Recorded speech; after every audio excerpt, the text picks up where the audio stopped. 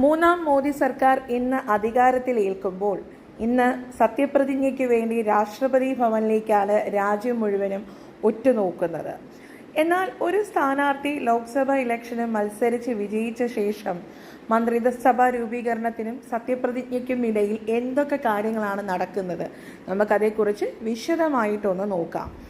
ഒരു വ്യക്തി ലോക്സഭാ ഇലക്ഷനിൽ നിന്ന് വിജയിച്ച ശേഷം ഫലപ്രഖ്യാപനത്തിന് ശേഷം ആ വ്യക്തിക്ക് റിട്ടേണിംഗ് ഓഫീസർ, അതാത് ജില്ലയിലെ റിട്ടേണിംഗ് ഓഫീസർ വിജയപത്രം കൈമാറുന്നു. സർട്ടിഫിക്കറ്റായിട്ട് ലഭിക്കുന്ന ഈ വിജയപത്രം സ്വീകരിച്ച ശേഷം റിട്ടേണിംഗ് ഓഫീസറുടെ മുൻപാകെ ഒരു അക്നോളജ്മെൻറ്റ് വിജയിച്ച വ്യക്തി സൈൻ ചെയ്ത് കൊടുക്കുന്നു. റിട്ടേണിംഗ് ഓഫീസർ അതിനെ രജിസ്റ്റേർഡ് ലെറ്ററാക്കി ലോക്സഭ ജനറൽ സെക്രട്ടറിക്ക് രജിസ്റ്റേർഡായി അയക്കുന്നു.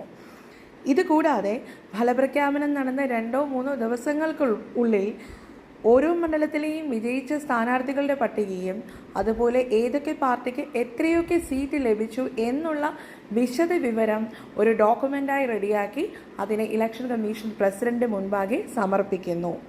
ഇതിൽ നിന്നുമാണ് ഭൂരിപക്ഷം ലഭിച്ച പാർട്ടി, അതായത് 272 സീറ്റിന് മേൽ ഭൂരിപക്ഷം ലഭിച്ച പാർട്ടിക്ക് മന്ത്രിസഭാ രൂപീകരണത്തിന് വേണ്ടി പ്രസിഡന്റ് ക്ഷണിക്കുന്നത്.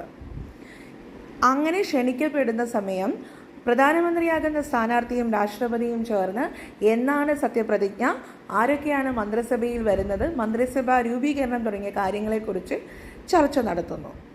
ഇത് ഭൂരിപക്ഷം ലഭിക്കുന്ന പക്ഷം മാത്രമാണ് ഇത്തരത്തിലൊരു കീഴ്വഴക്കം നടക്കുന്നത്.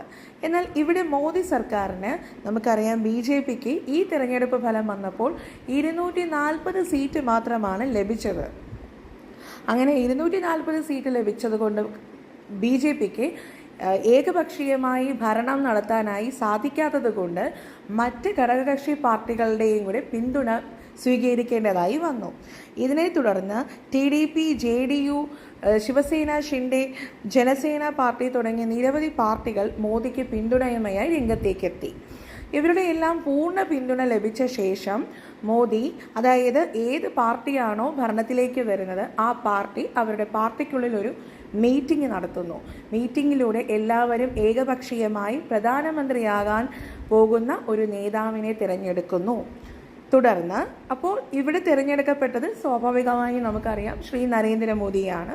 അദ്ദേഹം രാഷ്ട്രപതിയെ നേരിൽ കാണുന്നു, രാഷ്ട്രപതിയുമായി ചർച്ച നടത്തി തൻ്റെ മന്ത്രിസഭയിൽ ആരൊക്കെയാണ് തുടങ്ങിയ വിശദ വിവരങ്ങൾ കൈമാറുന്നു. സത്യപ്രതിജ്ഞാ തീയതി അവർ രണ്ടുപേരും ചേർന്ന് തീരുമാനിക്കുന്നു.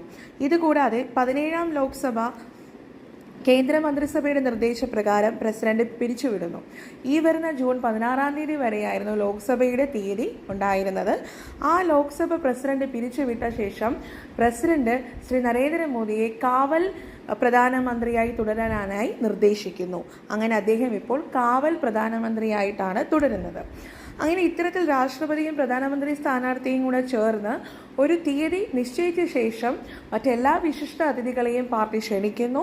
അത്തരത്തിൽ ഇന്ന് 8000 പേരെ ഉൾപ്പെടുത്തിക്കൊണ്ട് ശ്രീ നരേന്ദ്രമോദി രാഷ്ട്രപതി ഭവനിൽ 7:15 ഇന്ത്യയുടെ പ്രധാനമന്ത്രിയായി 3ാം തവണയും സത്യപ്രതിജ്ഞ ചെയ്യുന്നു.